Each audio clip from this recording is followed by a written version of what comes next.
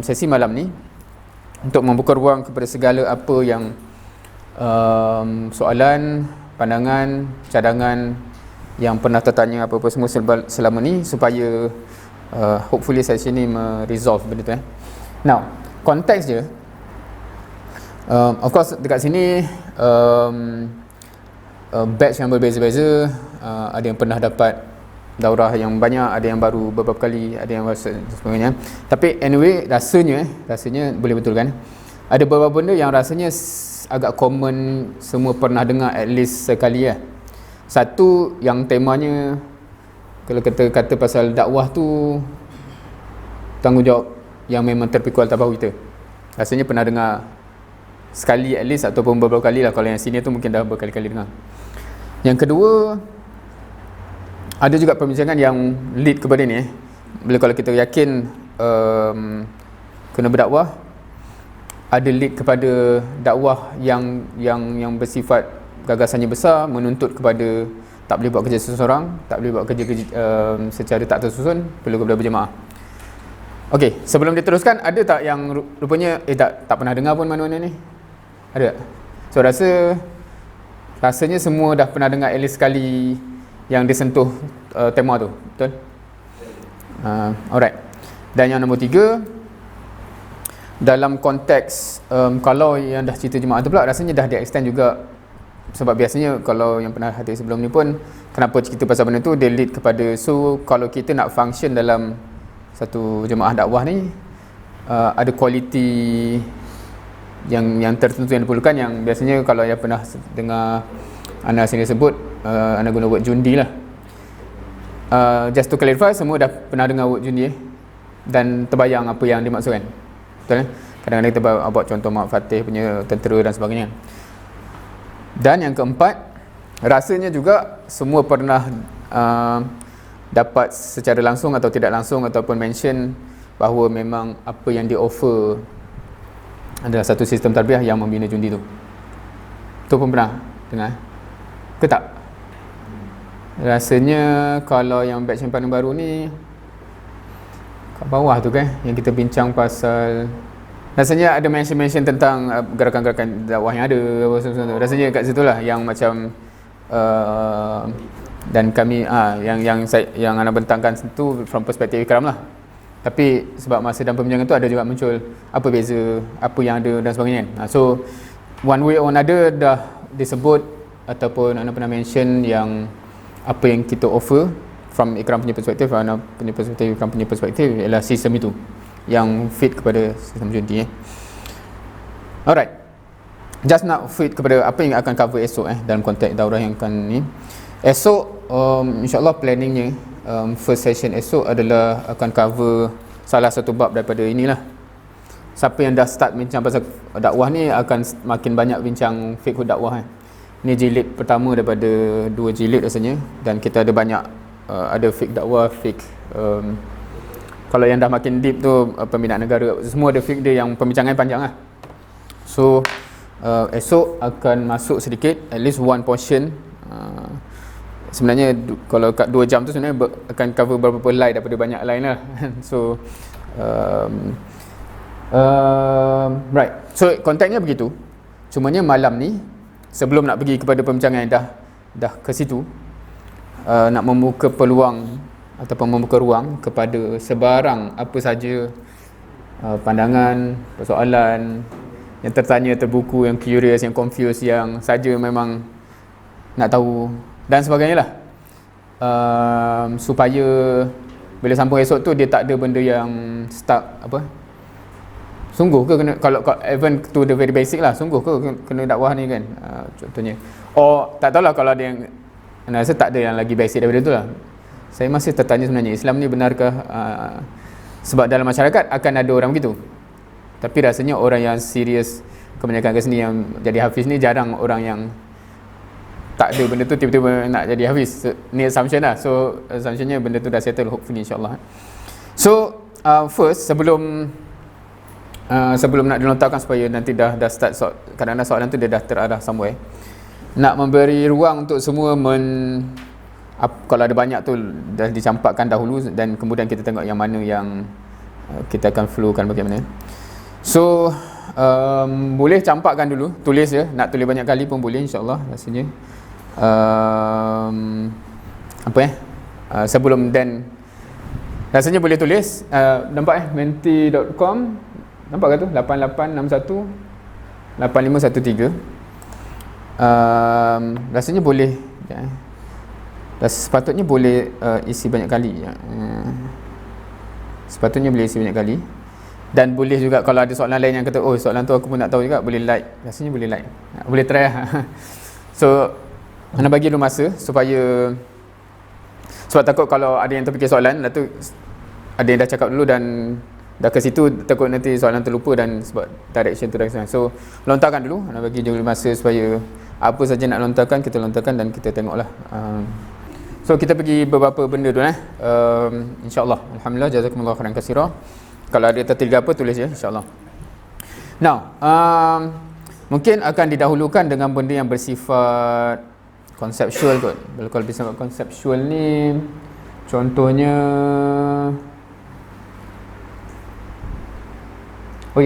bersifat revision dulu kot bersifat revision.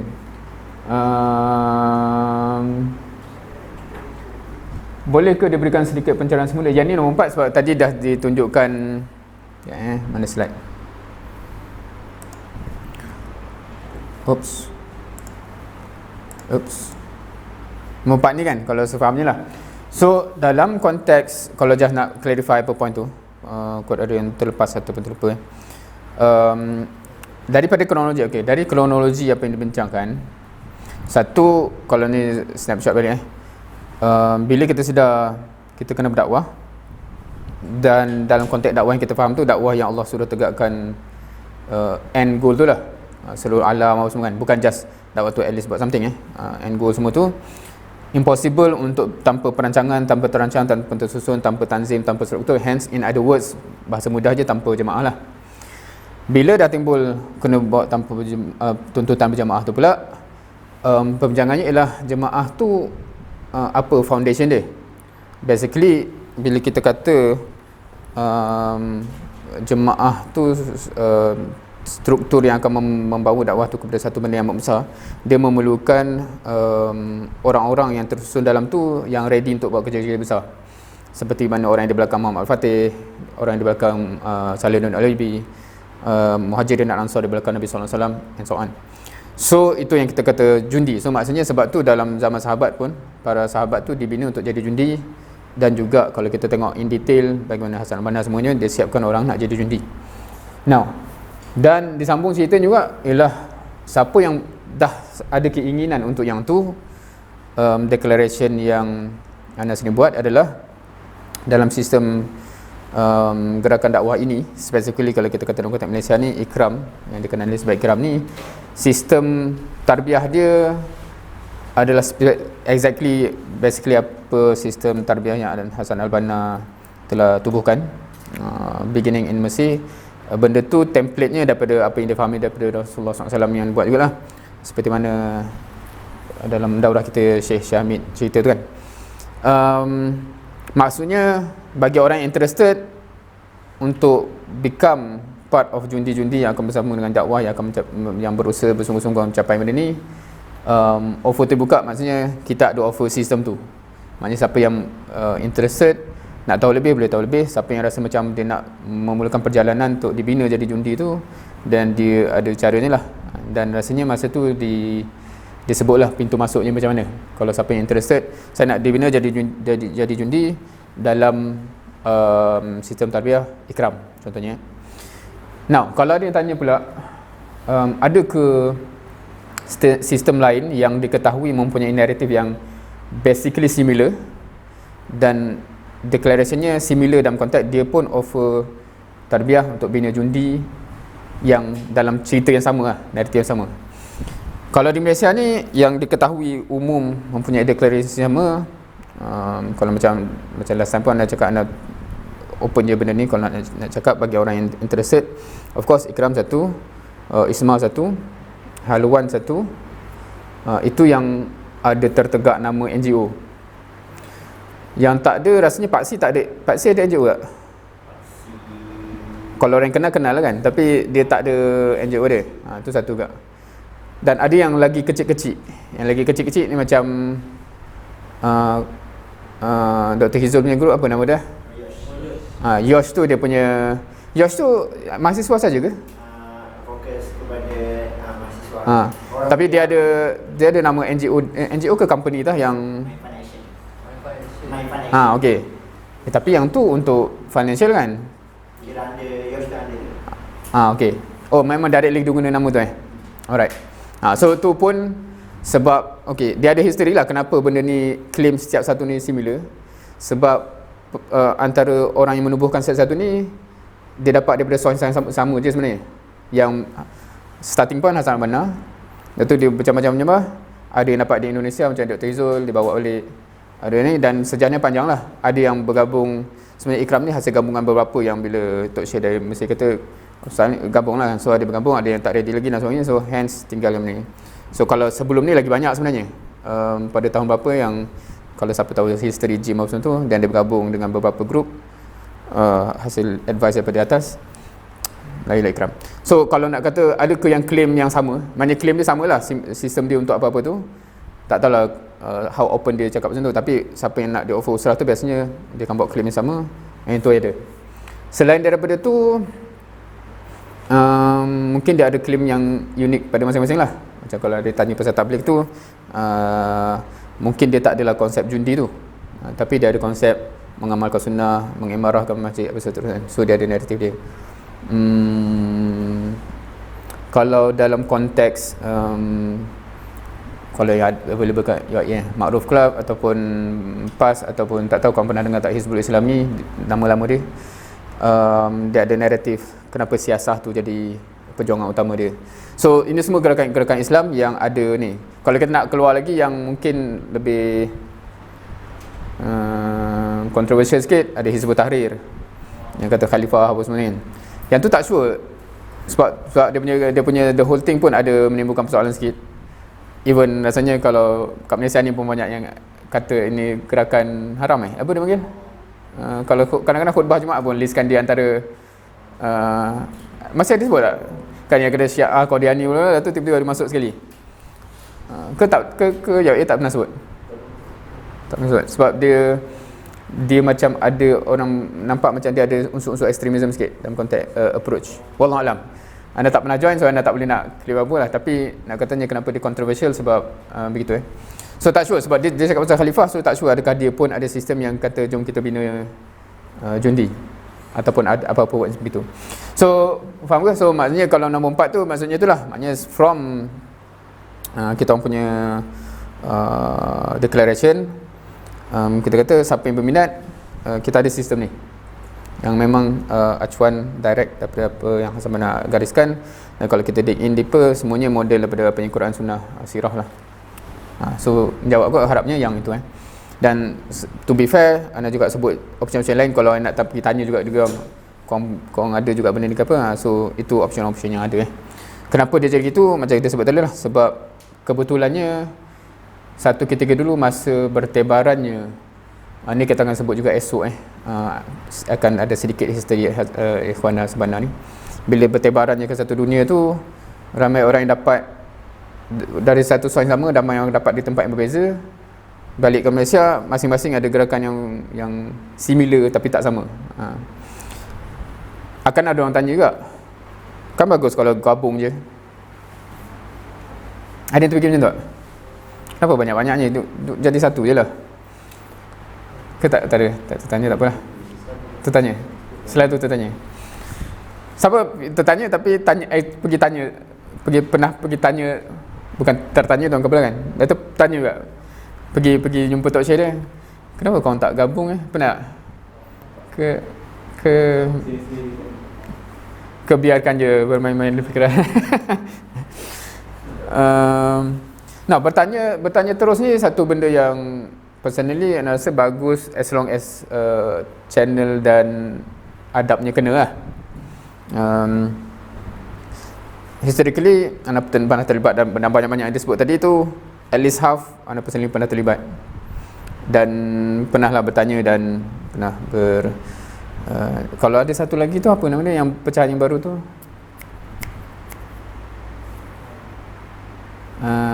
Apa nama dah?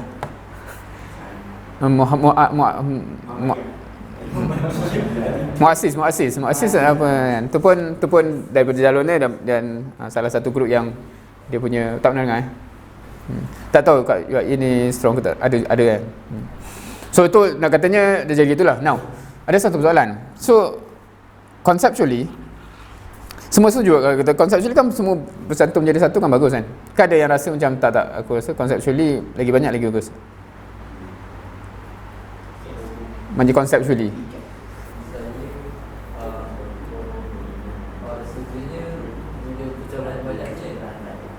setiap individu awal tu dapat bawa fikrah masing-masing dan bawa ideologi masing-masing.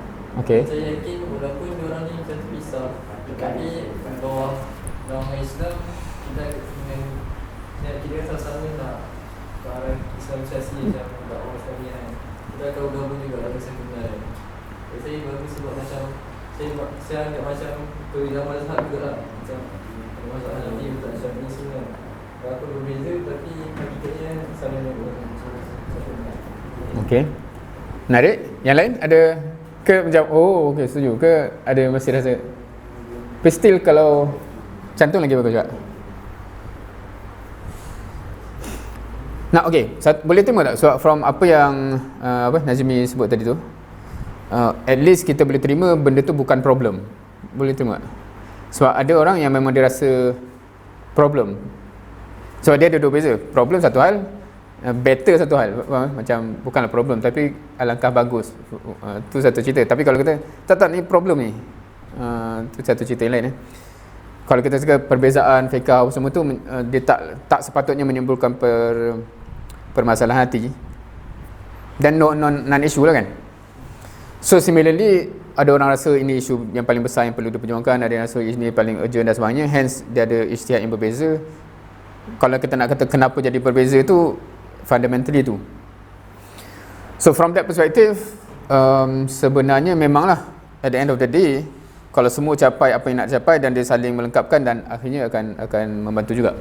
As long as tak ada isu hati, tak ada isu dengki, tak ada isu hasad dan sebagainya. Itu satu. Keduanya tapi still conceptually ini especially bagi grup yang mempunyai fikiran yang similar, which is yang macam kita cakap tadi, dia nak capai benda yang amat besar worldwide macam Asmana sebut sebab yang kalau kita cakap tadi tu kebanyakannya dia akan ada juzuk-juzuk yang dia cuba cater, hence dia jadilah saling melengkapi. Tapi kalau orang kata tak, grup ni nak capai semua benda, ni pun nak capai semua benda, kan kalau kampung kan dia jadi double strength kan, logiknya begitu. So kat sini yang sebenarnya bila kita nak cakap so dia jadi macam agak unik kepada grup-grup yang anda mention yang memang similar tadi tu. Dia macam kalau kita kata grup-grup tu dengan Tabligh, dengan Hizbut Tahrir, dia memang agak berbeza lain dia. So memang kita nak duduk sukali pun dia macam dia nak fokus benda lain. Tapi yang kalau macam Ikram, Isma, Haluan apa semua ni, dia macam textbook dia sama apa semua, dia jadi macam asal kan bagus sekali. Now persoalan ni dah timbul dari zaman Al-Banna lagi sebenarnya, Maududi, dan dia punya jawapan dia mudah je. Dia kata okey, kalau tanyalah semua kepala-kepala ni, tak ada yang deny kan bagus satu. Tapi dia punya isu ialah ada ijtihad dan sejarah-sejarah spesifik yang menyebabkan nak menyatukan, kalau kita kata nak merge dua company ni, renyah dia tu menyebabkan nanti kerja lain tak jalan dah. Baiklah, sama-sama kita capai dan besar dan akhirnya dapat negara contohnya as a one milestone dan kita bincang sama-sama kita. So jawapan dia punya begitulah, sebab benda tu dah ada. Dia agak berbeza kalau kita cakap dalam konteks benda tak ada seorang nak ni macam apa semua nak start benda baru. Kita boleh bincang kenapa nak ni kan. Tapi sekarang benda tu semua dah ada dia punya struktur. So kalau kita nak paksakan tu dia ada isu-isu yang kompleks lah. Okey, kalau kita merge, aku ketua kau timbalan ke kau ketua dia adalah kompleks lah benda tu kan. So tu cerita manusiawi yang okey. Now apa dah cerita dia ni? Okey. Okay, ada beberapa soalan yang berkaitan dengan Al-Banna So kita pergi konsep sebelum kita pergi operasi, sebab some of the question is very operasi Asia Tenggara, okay, itu agak operasi, kita tunggu dulu. Ada program amali daripada topik-topik yang dibincangkan. Interesting banget ni, dia agak operasi, nanti kita akan masuk. Okay, ni operasi, ini lagi menarik. Okay, Hasan Al-Banna dalam dakwah KKUI. Saya ada persoalan, sebagai student nak fokus dakwah yang mana dulu? Okey, ni operasi, nanti kita masuk. Apakah tingkatan sebelum jundi?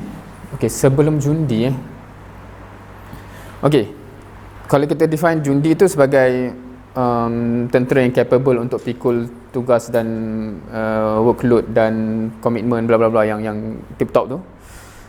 Dia basically, kalau kita pecah kepada, kalau Al-Banna punya word, ta'rif, tankwin, tanfiz. Dia ada 3 fasa besar lah.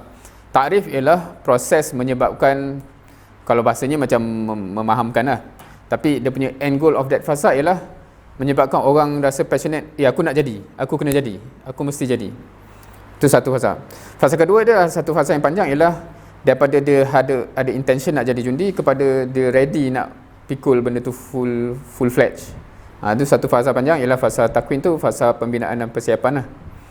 So kalau kita nak kata sebelum jadi jundi, sebab tanfiz tu dia just deploy, okay awak make sure benda apa-apa lah dia deploy kan. So fasa sebelum tu adalah fasa tarbiyah yang membina tu lah, kalau menjawab lah. So tingkat, tak tahu nak kata itu tingkatan, itu biasanya akan guna word fasa lah, dia bukan tingkatan, dia fasa perjalanan untuk sampai ke situ. Of course yang biasanya dalam, kalau siapa yang dah pernah dengar pasal tarbiyah pula, maknanya dalam fasa persiapan tu lah ada dia punya, dipecahkan lagi fasa-fasa tu.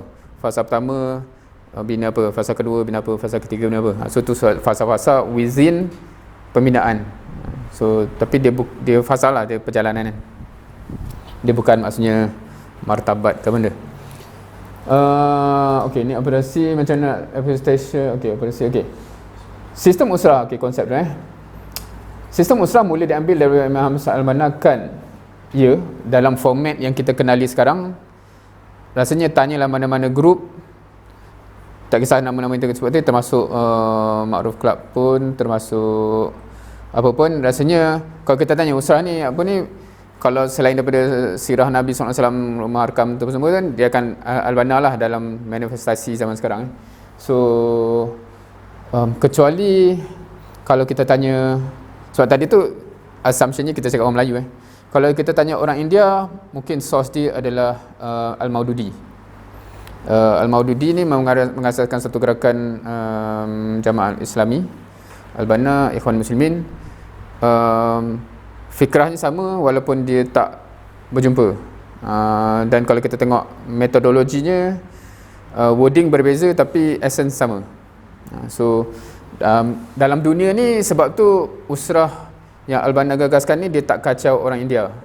Dia dah as if macam ada MOU, orang India semua, okay, grup Maududi kata non-Indian, maknanya India tu India, Pakistan, Bangladesh semua tu, non-Indian semua kat sini.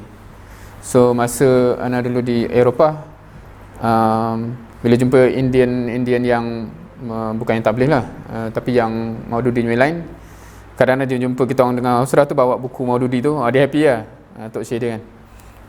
Dan kenapa kita orang boleh interchange antara textbook tu, sebab ceritanya sama. Cumanya siapa yang baca buku Maududi ni dia punya kelebihan dia ialah untuk mengolah benda logically. Kalau kata baca buku dia pasal Islam pun, setengah orang dia akan kata macam buku ni satu ayat Quran pun tak ada. Tapi dia boleh guna logical argument tanpa guna ayat Quran untuk reach the same point. Faham? Especially untuk orang-orang yang liberal apa semua tu. So itu kelebihan dia. So ada buku-buku dia yang kalau kita macam tak ada ayat Quran pun, tapi logik, conclusion dia exactly apa yang Islam bawa lah. Sebab dia nak tegaskan Islam ni agama yang very rational.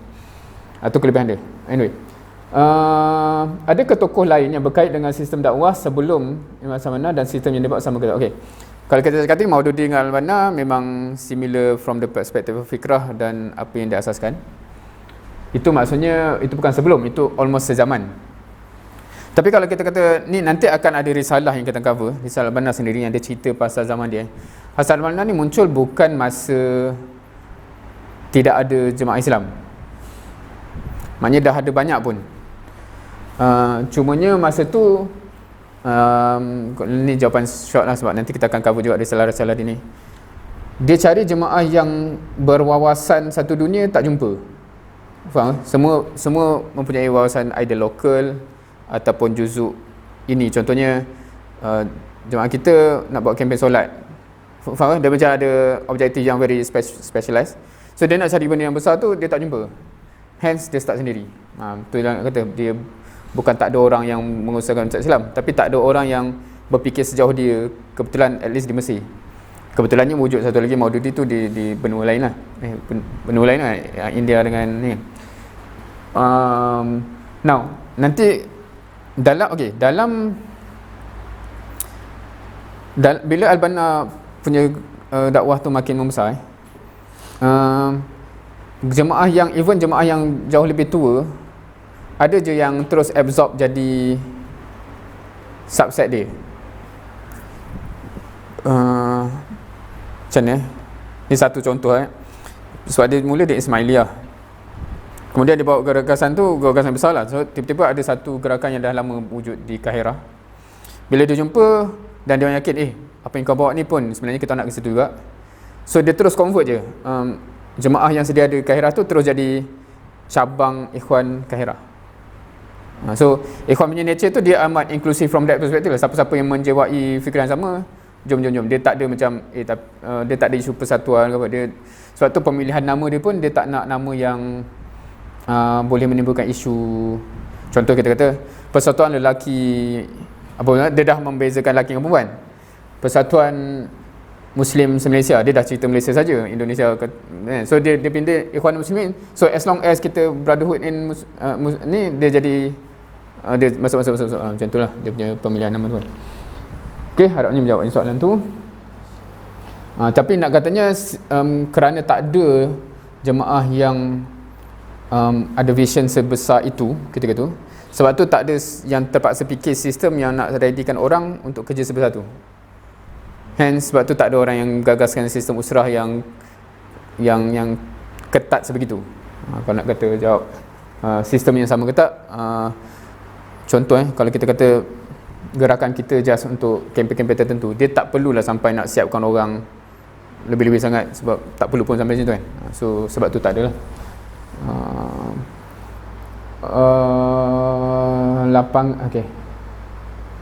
Okey. Nanti kita begini. Adakah terdapat perbezaan konsep jemaah dan usrah? Okey. Now bila kita cakap jemaah ni quite interesting juga, sebab dia word yang ada disebut dalam hadis. Dan Quran ada tak? Al-Jamaah. Ni apa Quran ni? Ada word jemaah tak dalam Quran? Sebab hadis memang ada lah. Alaikum bil jamaah etc. Quran ada ke? Yang orang menggambarkan macam wala tafarraqu apa semua tu adalah essence, tapi word tu ada ke? Tak ada mesti tak dapat recall.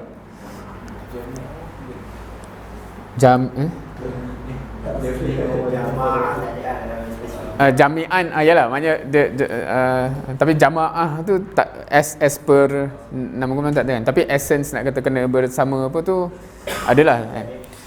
Now bila kita cakap konsep jemaah, so kita kena define juga kita cakap pasal apa Kalau kita cakap essentially apa yang lead kepada kena ada jemaah tu ialah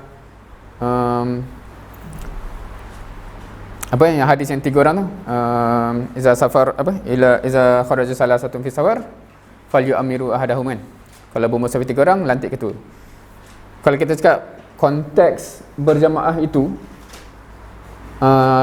dia konsep yang nak kata kalau beramal jama'i kena berjamaah lah, macam solat berjamaah ada imam ada makmum tu.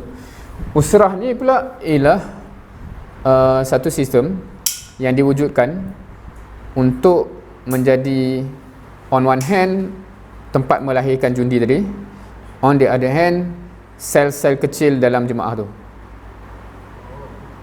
Faham? So macam sel-sel kecil tu dia macam JK ataupun unit terkecil dalam jemaah tu adalah usrah. Idea selalu gitu. So setiap usrah tu dia ada function dia. So kalau cara Al-Banna set tu dia macam daripada negara sampai ke daerah tu dia ada struktur yang macam tu, tapi dalam daerah ke bawah dia ada banyak usrah-usrah dia, dan setiap usrah ni kena function merubah, hence dia akan perubahan yang besar macam tu lah. So usrah tu on one hand melahirkan orang tu jadi makin jundi, on the other hand dia ada function agenda yang besar tu dipecah-pecahkan supaya setiap grup kecil ni menjalankan ikut function masing-masing. So dia more kepada subset kepada jamaah from the perspective of yang establish gerakan macam Al-Banna dan Maududi lah. Tak pasti kalau nak ambil contoh lain yang ada mindset yang sama tapi dia tak buat cara gitu. Now, Nabi SAW ada buat tak sistem usrah ni? Kan? Okey, masa Bai'atul Aqabah pernah baca tak yang dia pecahkan, dia bagi 12 grup dan dia lantik 12 nakib? Tak baca? Yang masa 70 plus orang tu.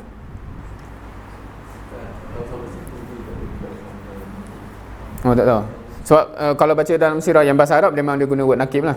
Dan sebenarnya dalam Quran pun ada nakiban tu kan, masa siapa? Kisah apa? Yang dia pecah, yang dia pecah-pecah grup dan dia assign. Tu kisah apa? Allahumma salli ala.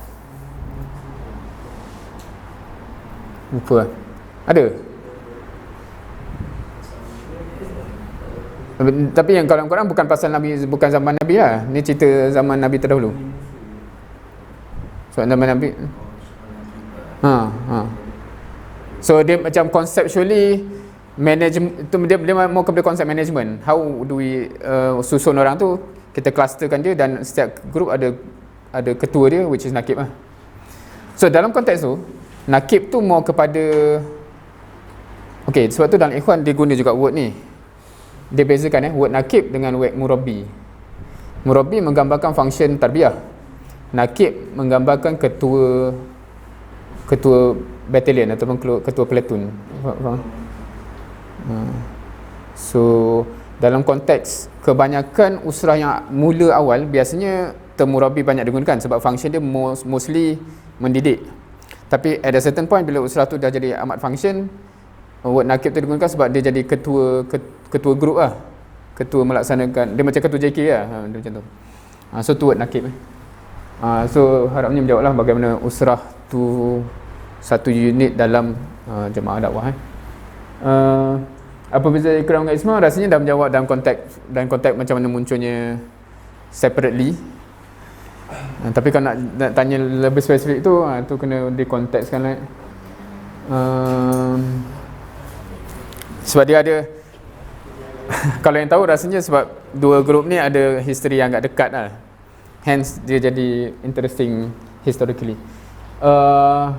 Ni pun soalan yang sama. Bagaimana bagaimana caranya menggerak dakwah? Okey. Tu kita operasi kita. Konsep ada lagi tak?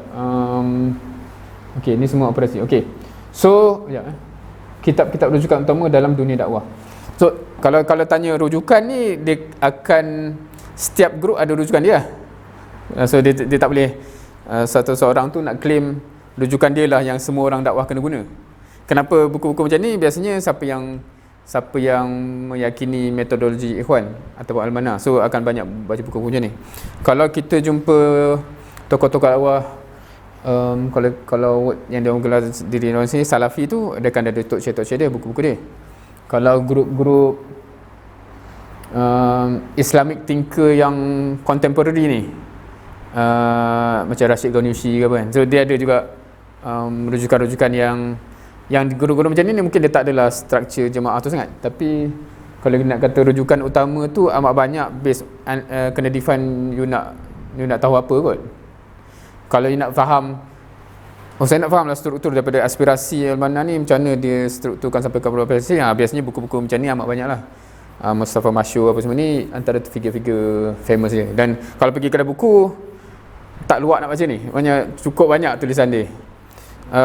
Agak interesting, tulisan Al-Banna Majmu' Rasail tu tak sebanyak tulisan yang, sebab Hasan Banna Mursyid Am yang pertama, yang ni yang ke Mustafa Masyur ke berapa tak ingat, tapi yang kemudian Hasan Hudaibi kemudian. Tapi quite interesting Hazrat Banna, satu sebab dia syahid awal. Dia kena tembak tu umur yang agak muda kan. So dia tak sebab hidup lama untuk tulis banyak. Dan keduanya orang selalu quote dia punya statement. Orang kata kan tak rajin tulis buku ke? Dia kata dia rajin menulis manusia. Faham statement tu? Hasil dia banyak, dia cetak orang-orang yang function lah. So fokus dia ke situ Bukan nak kata orang yang lepas tu tak ni kan, sebab ada manfaatnya buku ni untuk sampai berpuluh tahun anyway.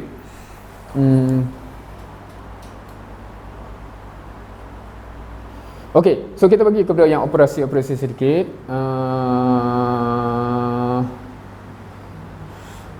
Okay, yang kita cakap pasal Asia Tenggara, Asia semua ni, macam susah nak ubah negara tu sebab pemimpinnya memang kafir. Okay, dekat sini yang tak tahu, kita mungkin tak cover in detail lagi metodologi perubahan dia. Metodologi perubahan, pernah dengar 7 Marati Amal? Siapa yang first time dengar 7 Marati Amal? 7 stages of amal lah. Ubah diri sendiri, ataupun islah nafsihi, islah diri sendiri, bina Baitul Muslim, bina mujtama' Muslim, lalu islah hukumah, baiki. Of course wording ni adalah wording Mesir lah, islah hukumah, sebab dia ada hukumah yang perlu diislah. Kalau negara belum Islam, tegakkan daulah lah basically lalu jadi khalifah sampai ke atas So bila kita cakap soalan macam ni, obviously negara yang dah sedia Islam, trajektori dia ialah banyak mengislah lah. Islah tu apa? Orang Islam yang korup dijadikan orang Islam yang sebenar. Orang Islam yang tak function jadi orang Islam yang function. Itu islah. Tapi kalau kita cakap pasal non-Muslim, negara non-Muslim, Thailand, semua, memang kita dakwah from zero, jadi Muslim dan cuba replicate macam mana Nabi Muhammad SAW pun, sahabat tu semua pun dari non-Muslim jadi Muslim, terus jadi pendakwahan. So cerita dia akan jadi itulah. Memang cerita je panjang. Sebelum dia orang nak ada pemerintahan Islam, dia kena jadi ada majority ataupun significant mass yang support keislaman kot. So ceritanya panjang. Unless kalau siapa yang membayangkan nak buat exactly macam sirah. Siapa faham bila nak cakap macam tu? Apa beza kita cakap okay, dalam sejarah Islam, bila macam mana Islam tu cepat berkembang, dia banyak peperangan dan expansion kan. Peperangan ni dia terus attack atas, betul? Atas, dia bukan grassroots, dia attack atas. Sebab tu pernah tahu tak masa Islam memerintah India, Islam minoriti di India, pernah dengar? Sebab dia kalahkan kerajaan, dia pegang kerajaan dalam keadaan sebab Islam tak pernah paksa orang untuk la ikrah fid din kan. So ceritanya yang masuk Islam tu sikit je. Sepanjang ratusan tahun tu rasanya Islam memerintah tu Muslim minority. Itu boleh berlaku dalam realiti dulu, di mana emperor punya style ke dunia, emperor kan, once kita pegang kuasa. Sekarang ni bila demokratik, dia susah lah nak jadi gitu. Kecuali kita nak dapat kuasa, kita buat style Kim Jong apa-apa ni terus tak ada ataupun ada orang kata Rusia tu election dia apa-apa, pernah dengar ke? Macam dia manipulate election sampai Putin tu berkuasa tak habis-habis tu, ada orang tuduh dia rig the system lah. Anyway, tu dah satu cerita. Maksudnya macam mana orang nak mengekalkan kuasa. Tapi kalau balik kepada soalan ni, based on reality sekarang, ceritanya memang dakwah grassroots sampai Muslim tu jadi majority, maknanya bayangannya gitulah. Dan barulah negara tu jadi ni. Dia tak boleh nak jam dalam keadaan sekarang. So kalau nak kata macam susah, kat sini soalannya agak susah, bukan agak susah, memang amat susah. Tapi kita yakin dia akan berlaku, sebab otherwise janji Allah yang hujung tu takkan berlaku lah kalau itu pun takkan boleh berlaku. Faham? The end goal yang Allah janji akan pasti berlaku tu, untuk dia berlaku mesti yang sebelum ni dah berlaku dulu. So based on that, keyakinan kita ialah boleh je mengislamkan ni walaupun jalannya amat panjang. Okay, ni kita akan pergi tu, dah sampai daurah. Okay, perkara apa yang dahulu Okay, soalan ni agak interesting. Tak sure adakah nak cakap sebab dekat sini kata saya sebagai student.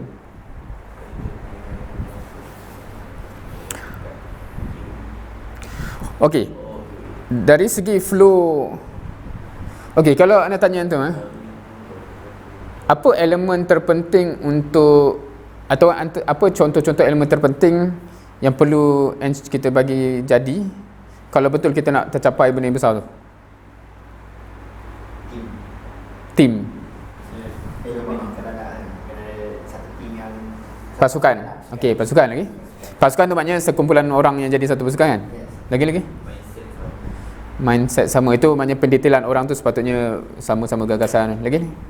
So itu satu benda. Yang tu maknanya kalau kita kata itu satu benda yang amat penting, fokus kita banyak kepada cari orang dan trigger dia untuk nak dan ingin dan passionate untuk be part of the project lah.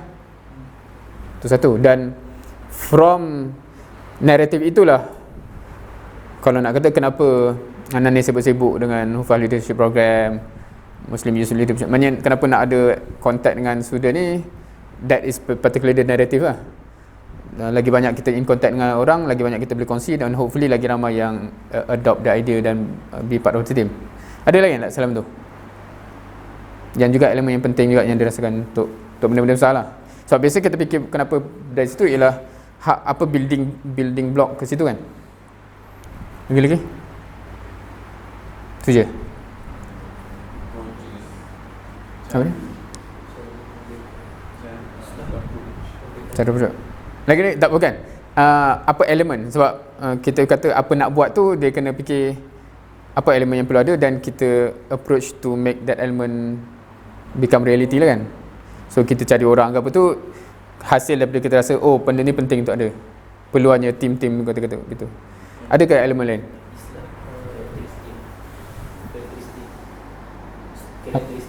Karakteristik, okay. That is part still tu masa cerita orang lah kan. Okay, selain dia cerita orang ada. Selain dia cerita menambah orang yang nak jadi macam kalau cerita tu nak jadi tim dan jundi lah maknanya. Selain daripada tu ada tak benda lain? Yang penting juga sebenarnya. Ilmu tu ilmu yang orang tu jugalah. Ke you cakap pasal ilmu orang lain? Ilmu kita. So tu jadi perincian lagi kan. Duit, okay, interesting. Duit untuk support semua benda-benda tu. Okay, tu enabler lagi. Now, kalau dari segi perbincangan sebab nak tanda perbincangan dakwah ni dia takkan lari daripada perbincangan orang. Dia susah nak lari perbincangan orang sebab memang orang tu yang akan berubah. Dan kalau kita nak klasifikasi kepada dua penyumbang besar, satu yang orang yang akan jadi tulang belakang dan direct orang yang buat kerja, which is jundi. Satu ialah supporter. Walaupun dia tak buat kerja, walaupun dia tak hardcore, tapi kalau berlaku apa-apa dia support dakwah tu. Either moral, either kalau dalam dunia sekarang vote, either financial, faham ke? So generally speaking kalau kita cakap pasal student, I would say ada dua benda yang kita kena target. Satu ialah seoptimumnya berapa ramai orang akan jadi jundi. Faham? Yang memang betul-betul nak buat ni. Dan selain tu yang memang tak nampak gaya tu, sejauh mana dia akan supportive kepada orang-orang yang punya kerja. Tu dua benda besar lah. Dan of course kalau kita besarkan lagi satu ialah settlekan fitnah. Tu kalau satu lagi, maknanya apa yang menghalang orang nampak Islam ni cantik apa semua tu ialah orang yang problematik lah, yang buat orang Islam yang namanya Islam buat masalah. Itu nak saya. So ada tiga benda tu lah. So, tapi in chronology of importance 1, 2, 3 lah. Tapi kalau dakwah kita makin berhasil, sepatutnya UAE ni contohnya kena tiga-tiga tu dah kita covered. Orang jadi jundi, sistem dia cantik, orang nak jundi. Yang lainnya jadi Muslim yang function dalam konteks masyarakat, anak-anak dia dididik dengan Islam yang basic apa semua tu. Dan orang-orang yang tak solat, orang yang buat masalah, yang tak tahu korang tahu apa isu kat UAE ni, yang ganja ke apa tu, dia orang ni disettlekan. Tu tiga benda besar lah kalau nak kata. I would say mana dulu tu, yang dua yang awal tu dulu lah. Tapi kita kena sampai yang ketiga ni juga. Sebab kalau tak, nama buruk Islam tu masih dia orang yang buat hal tu kan. Faham ke tak setuju? Ke tak faham yang penting ni? Ni orang Islam yang official Islam tapi rasuahnya dia, sumbang mahramnya dia. Orang yang jadikan reference Islam tu. Orang yang menjadi fitnah. So orang tu pun serta jugalah. So tu tiga kluster besar lah. So kalau ada grup mana-mana yang betul-betul function kat sini atau sini kat sini, InsyaAllah dia menyumbang lah from that perspective. I would say long termnya yang ni sumbangan paling besar. Sebab orang tu akan hardcore sampai ke, InsyaAllah sampai ke hujung nyawa dia akan hardcore. Yang ni amat signifikan juga sebab apa-apa orang ni nak buat, dia boleh support. Dan yang ni towards the end of the day, yang menghalang orang non-Muslim nampak Islam cantik semua tu pun kena settle juga. So cuma tinggal fasa lah setakat mana kita cover benda tu. Okay.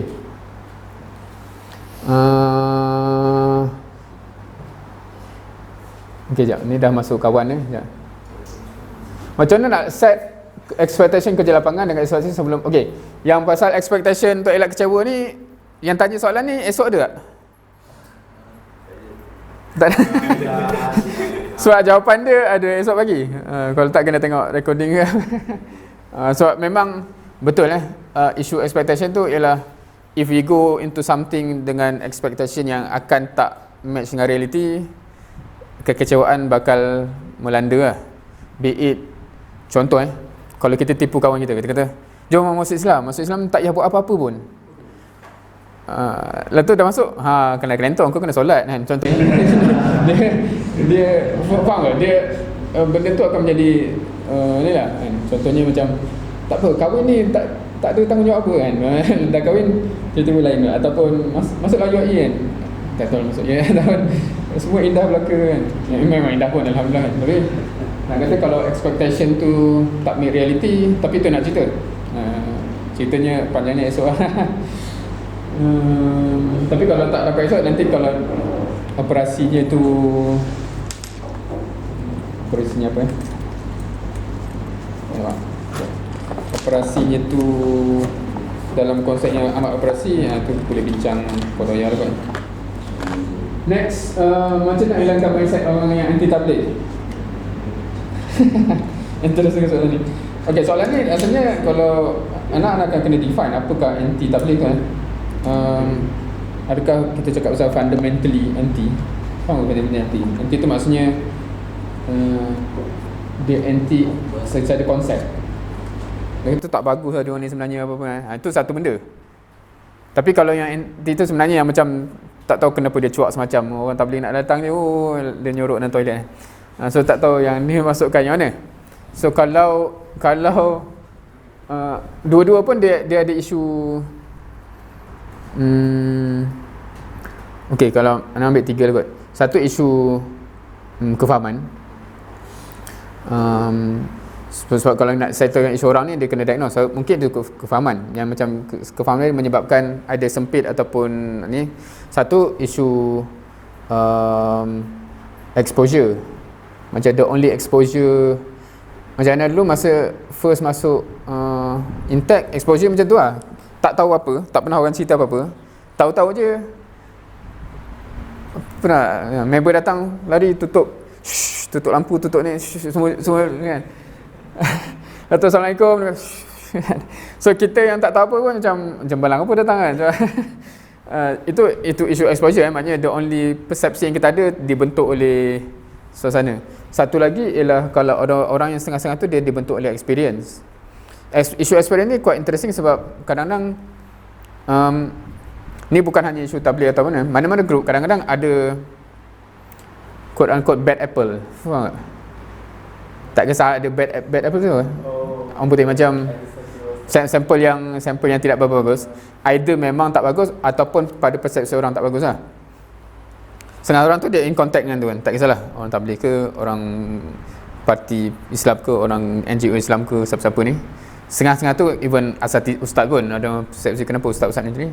Experience tu yang menyebabkan dia ada conclusion, dia terus bungkuskan semua orang macam ni macam tu. So kita kena tengok dia ni sebab apa. Sebab kalau isu exposure je, kadang-kadang kita bawa jumpa orang lain macam dia akan terbuka, tak adalah macam aku bayangkan tu. Tapi kalau isu pendedahan, kita kena expose lah secara yang ni, macam tahu tak sebenarnya aku pun ataupun kawan aku pun, maknanya kadang-kadang dia kenal dulu baru dia tahu, oh kau pun tak boleh juga, tak adalah pelik sangat pun, ataupun yang saya tu isu ilmu wallah alam, tu kena diagnose.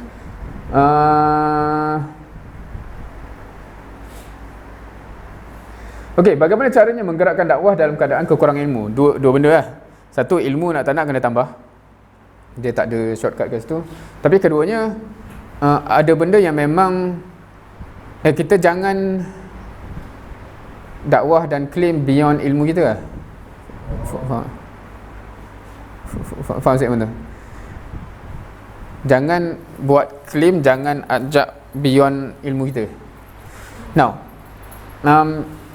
based on apa yang kita sedia maklum pun sebenarnya dah banyak benda yang sepatutnya didakwahkan. Faham kau macam tu? Okey, kalau kita cakap kita pergi kepada non-Muslim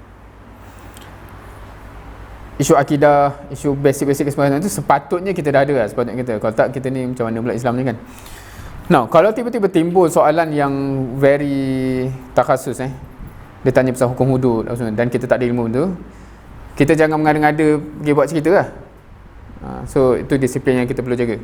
So kita referkan dia kepada orang yang memang boleh jawab benda tu. Tapi kebenaran Islam ni, kalau kita cakap non-Muslim tu, sepatutnya memang dia boleh establish tanpa sampai kepada benda-benda yang memerlukan takhasus. Unless kalau kita berhadapan dengan orang yang memang either dia banyak mendalami benda-benda yang anti-Islam, so dia akan dengar macam-macam cerita yang nak jawab dia jadi panjang cerita kan. Dia cakap Aisyah pula macam mana, Nabi pula kahwin dengan isteri anak angkat lah. Maksudnya dia akan jadi cerita yang kompleks sebab dia pernah dengar macam-macam. Tapi bagi kebanyakan orang dia tak perlukan ilmu yang tinggi. So similarly kalau kita cakap dakwah anak macam tu lah, faham ke? Unless kalau kita tak ada berilmu pasal benda yang basic pun, tu memang kena cari. Sebab tu okey, kalau kita kata apa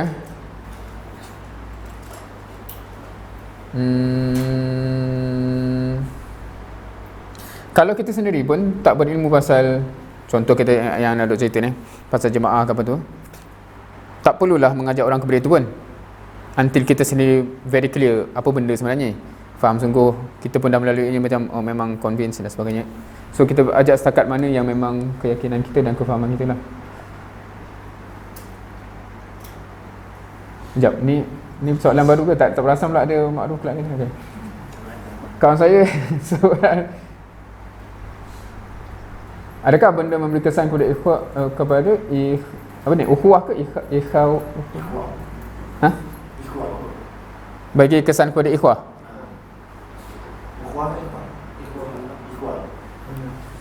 Ni. Maksudnya grup ni ada kaitan dengan PH lah. Grup ni.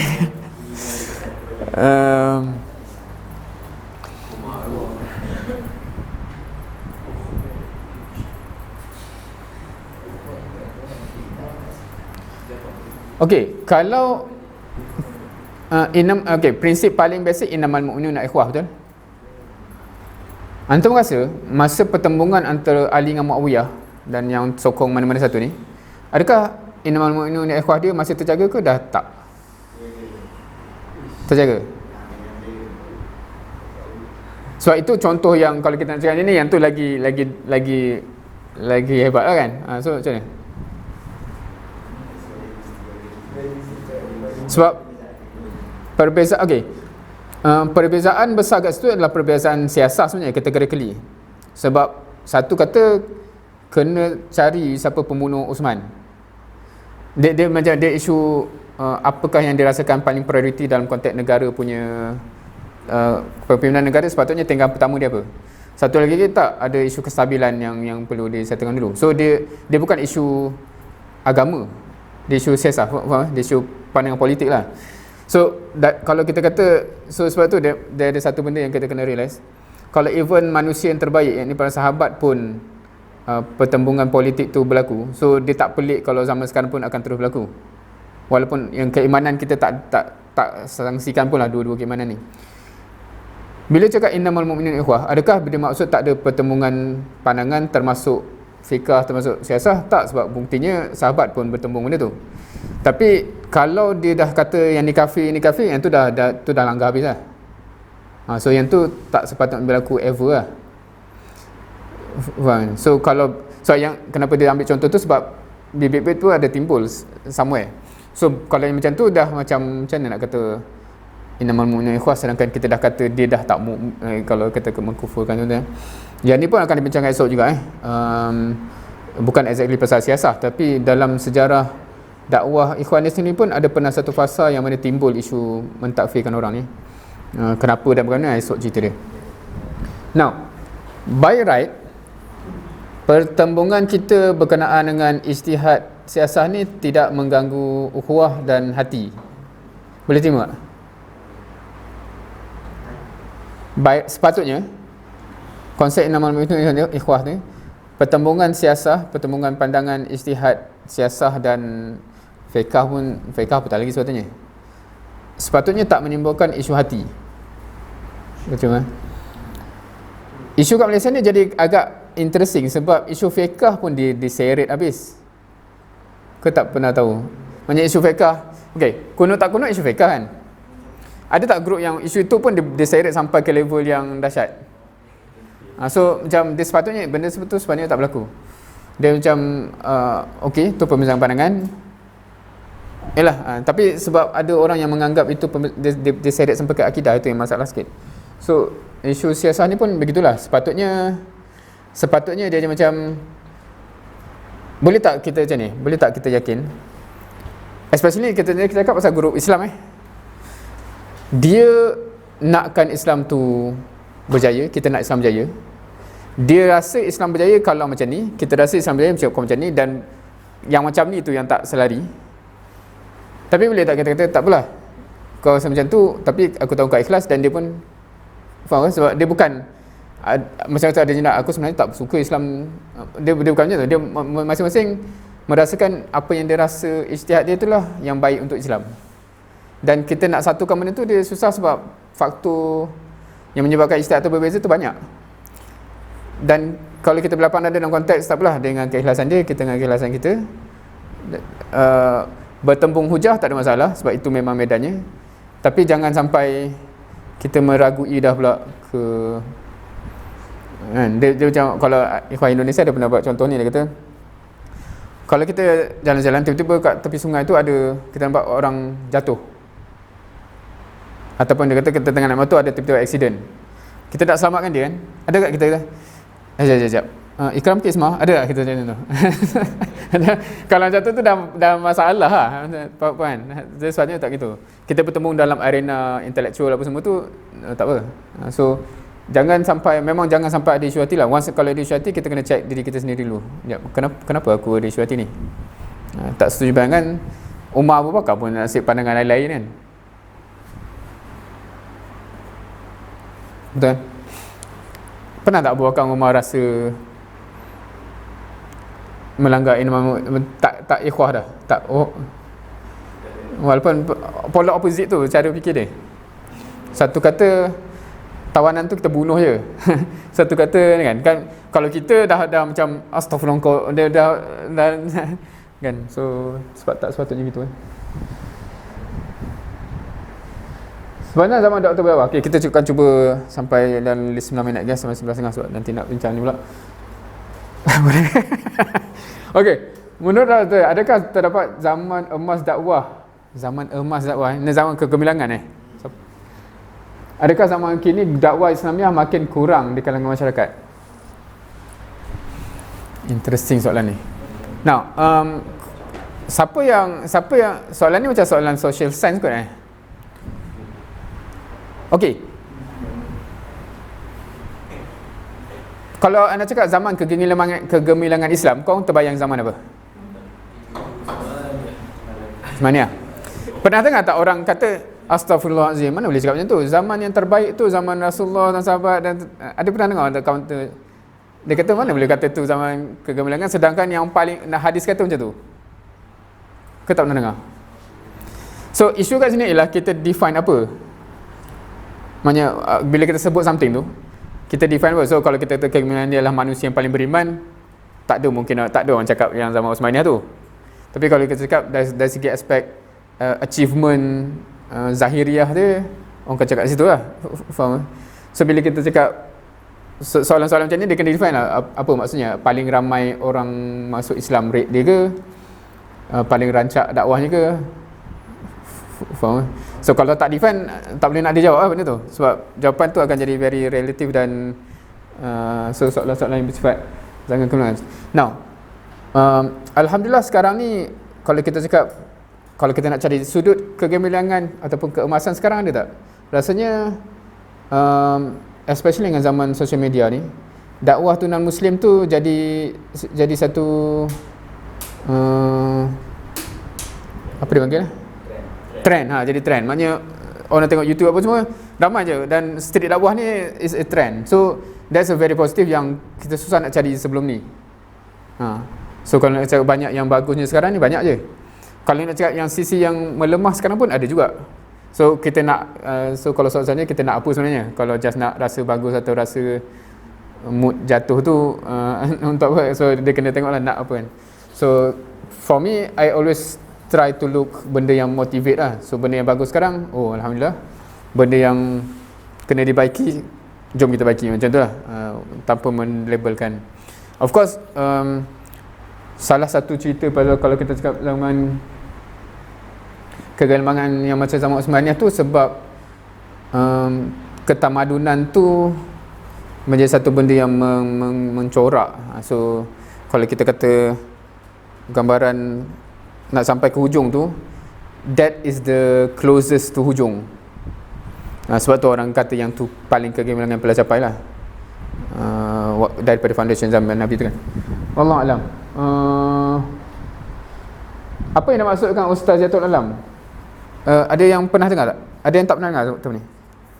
Ustaziatul Alam. Ustaz apa ustaz? Guru. Alam. Guru kuda alam. Jawapan ringkas dia tu lah. Kalau dalam maratib amal yang sebenarnya gariskan, stage yang ketujuh ialah menjadi Ustaziatul Alam. Menjadi Ustaziatul Alam ialah description kerja. Dia bukan maklumat.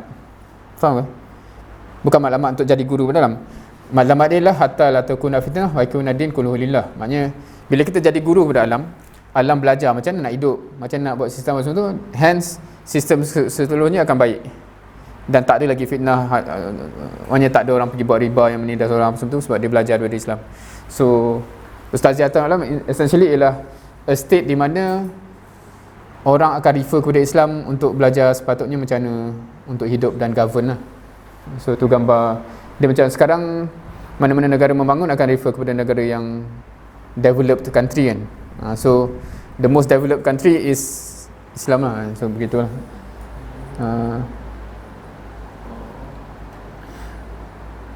So dakwah ni tersebar dengan mudah dan baik. Adakah perkara yang sepatutnya dilakukan sebagai dakwah ni sampai kepada orang kurang baik? Kena tembusi orang kurang baik lah kot. Itu jawapan paling. Nah, okay. Pernah dengar tak konsep put yourself in their shoes? Boleh faham kan? Apakah penghalang utama kalau kita put ourselves in their shoes? Apakah penghalang utama untuk diorang dekati program kita? Budak-budak nakal, budak-budak ni, apakah penghalang utama untuk diorang even mendekati program kita ataupun grup kita? Okay, but cuba put ourselves in their position. Contohnya kita even buat bola pun, tapi dia tahu ni set budak-budak usrah. Apa yang menyebabkan dia susah nak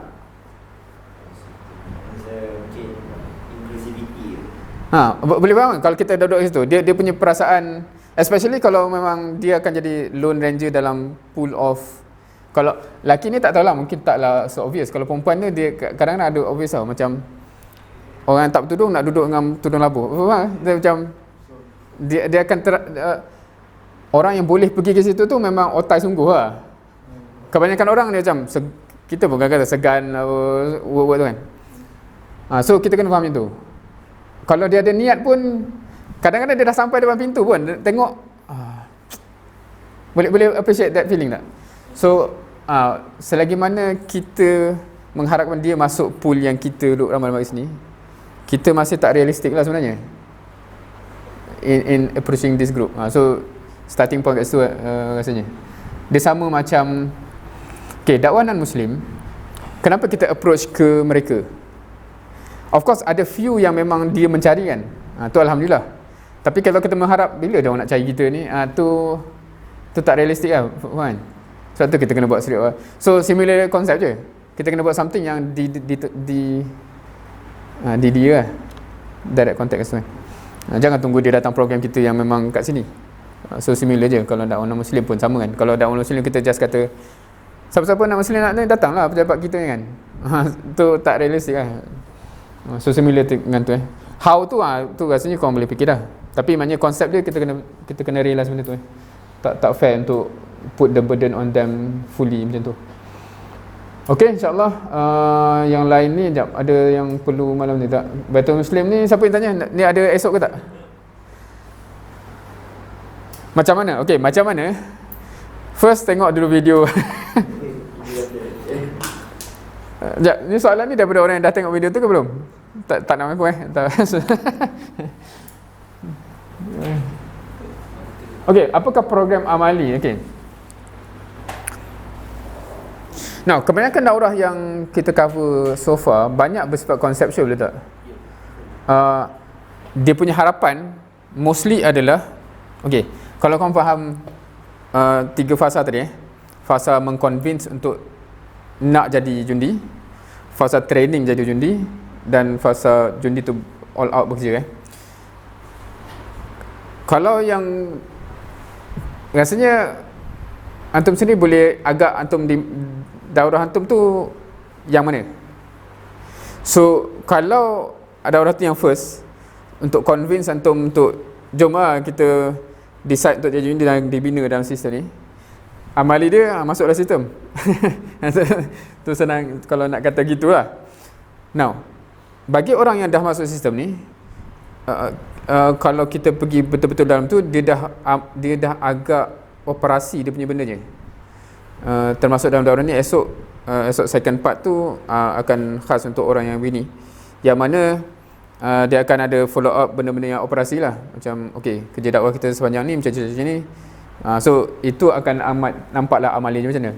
Kalau yang awal tu dia yang direct amali tu ialah okay, for ni to be fair, sebab saya cakap tu from persepsi yang mengajar so amali dia join lah sini. Tapi kalau from you from your perspective, amali dia ialah satu, kaji betul ke yakin sungguh memang tugas dakwah ni sungguh memang aku akan ditanya. Kalau yakin, kaji sungguh memang tuntutan dakwah kena berjemaah tu real. Kalau betul, kaji sungguh-sungguh semua option jemaah yang kau rasa option yang suitable dan ni to the level yang akan sampai you are convinced whichever option, okay, I will focus here dan all out sampai ke habis. For my tu macam tu lah. So kalau anda punya success, for me success of doing this is, from my perspective lah, paling successful ialah join sama-sama dengan sistem yang sama ni dan kita all out sampai habis. Kedua, kalau tak itu pun you still convince you kena dakwah all out dalam jemaah dan you cari something, commit dengan benda tu sampai habis. Anything less, it's kind of a failure lah for me. Sebab boleh je saya nak dakwah tanpa jemaah. Fundamentally, unless you convince hujah wise, tak perlu jemaah tu. Kalau you dah yakin tapi you still choose untuk not, for me it's still a failure lah. Maknanya you still tahu something yang you tak do. Tapi kalau you do, option you bersama kita orang, bersama dengan yang lain, for me insyaAllah pahala dah ada for me lah. And so aspek amali at this phase, you kena kaji sampai you can make that decision lah. Dan ada setengah orang cepat je dia dapat benda tu, ada setengah orang dia nak consider macam-macam until they convince. Take your time, but do not biasanya syaitan dia akan cuba macam mana okay, for me worst case scenario yang tak fail worst case scenario tak fail ialah harapnya your choice comes before graduation. Sebab normally bila graduate dan kerja, kehidupan dia akan berubah, dan normally hambatan dunia tu dah start menyebabkan you tak sempat nak fikir benda ni, dan lala jadi orang biasa. Na'udzubillah, rasanya amat rugi.